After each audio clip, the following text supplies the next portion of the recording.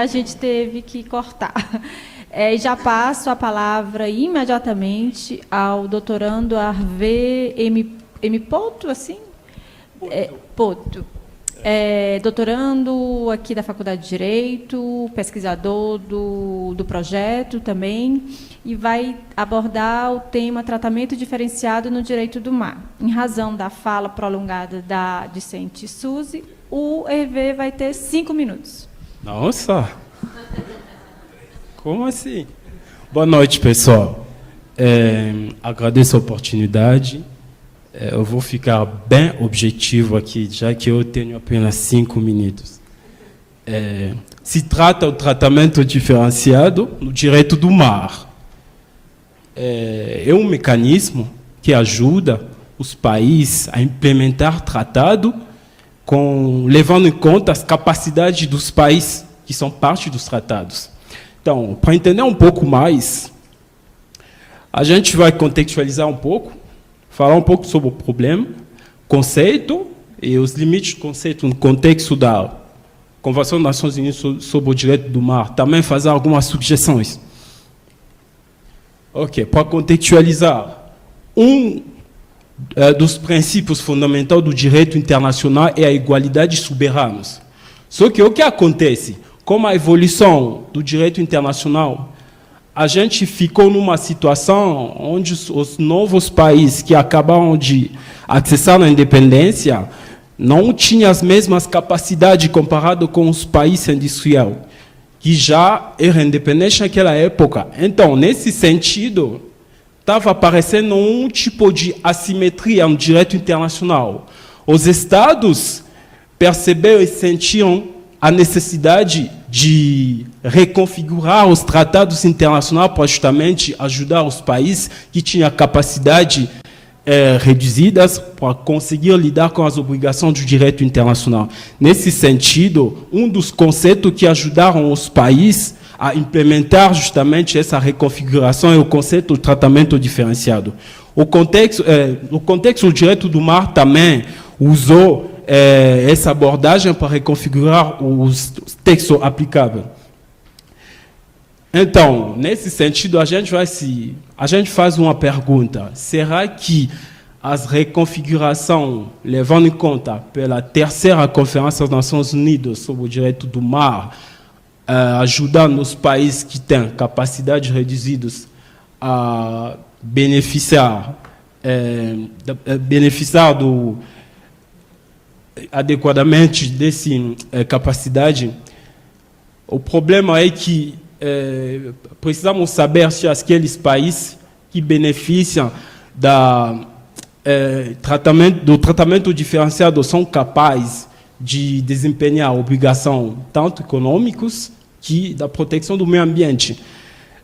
Dá para perceber que tem limites, mas antes de falar sobre os limites, vamos falar um pouco sobre o conceito. Esse conceito ajuda justamente os países a cumprir as obrigações internacionais deles, levando em conta as capacidades deles. Então, nesse sentido, a gente pode perceber que no contexto da Convenção das Nações Unidas sobre o Direito do Mar, existem alguns limites que não permitem para aqueles países beneficiar de um jeito adequado dos tratamentos diferenciados. A primeira limite vai no sentido da ausência de uma tipologia específica ou adequada que permite justamente a determinar quais são os países que devem beneficiar desse tratamento diferenciado. O segundo vai no sentido da dificuldade de entender claramente quais são as obrigações que devem embarcar justamente os tratamentos diferenciados.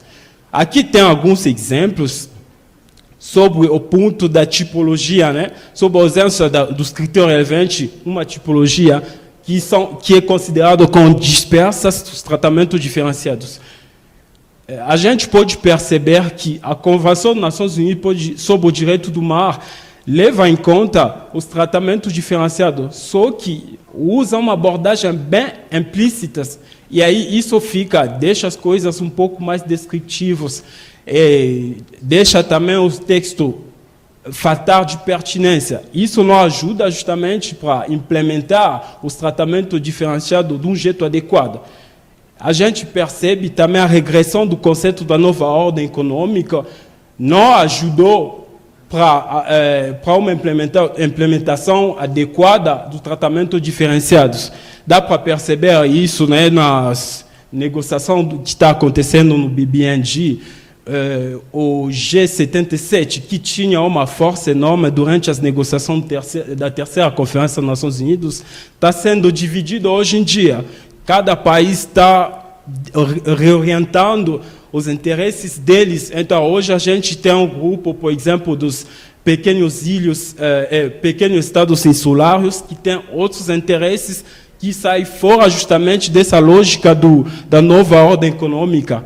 Aqui no âmbito da América Latina, a gente pode perceber também que os países da América Latina estão constituindo um outro grupo para justamente orientar os interesses deles no outro sentido. Então, a segunda limite, né, é sobre o conteúdo mesmo das obrigações dos tratamentos diferenciados. Dá para perceber, aqui eu coloquei aqui um exemplo para ilustrar um pouco sobre os limites dos tratamentos diferenciados no contexto das obrigações. Aqui é um exemplo no contexto do meio ambiente. Então, o tratado, a Convenção das Nações Unidas sobre o Direito do Mar, interpretado pelo Tribunal Internacional do Direito do Mar, deixou claro que existem obrigações que os países têm que cumprir para a atividade do fundo do mar, por exemplo. Dentro das obrigações consideradas como direitas, o tribunal fala sobre, coloca uma lista, né, das obrigações. Nós temos a aplicação do princípio de precaução, a aplicação do Best Environmental Practice e outras obrigações também. Só que, quando a gente analisa um pouco mais as decisões do tribunal, dá para perceber que o tribunal fala claramente que a aplicação do princípio de precaução pode levar à diferença das capacidades, enquanto, no mesmo tempo, quando se trata, por exemplo, das obrigações do Best Environmental Practice, o tribunal fala claramente que, nesse caso, não é aplicável o tratamento diferenciado, enquanto as duas obrigações têm uma composição igual. Quer dizer, necessita capacidade, necessita tecnologia também. E aí tem um tipo de choque. Então, só para concluir, né? Estou na hora. Muito obrigado. Então, só para concluir, eu coloquei aqui algumas sugestões. A primeira, porque, logicamente, a Convenção das Nações Unidas pode ser considerada como um package deal, que vai no sentido de uma melhoração cada vez mais que o direito internacional vai evoluir.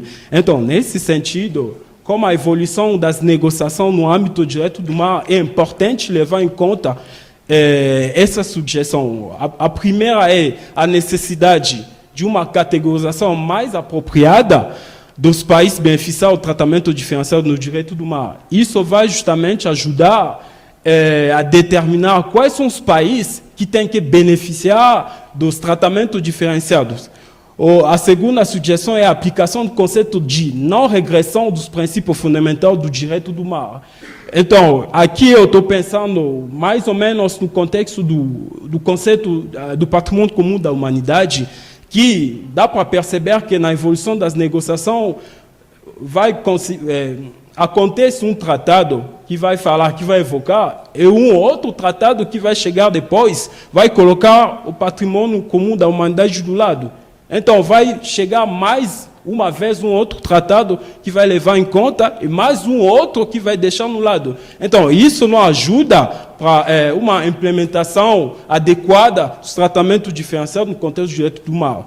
A gente tem também uma outra sugestão, levar em conta o delimitar cada vez mais o princípio da due diligência, usar isso como mecanismo de ponderação de obrigação diferenciado. No que sentido? Hoje em dia, a gente está tendo cada vez mais países em desenvolvimento mas que são tecnologicamente avançados. Então, esses países estão ficando no meio do caminho. Ele tem que, ou seja, o tratamento diferencial deve ser aplicado nesse tipo de país ou não? Então, fica uma dificuldade, porque tem os países que usam essa abordagem para justamente mudar do lado. Quanto ele precisa de usar o tratamento diferenciado, ele se torna país em desenvolvimento. Quanto ele não precisa disso, ele vira ou volta no outro lado. E aí, nesse sentido, fica importante delimitar cada vez mais o conteúdo do princípio da due diligência para justamente tentar ou ajudar a ponderar as obrigações da due diligência no contexto do direito do mar.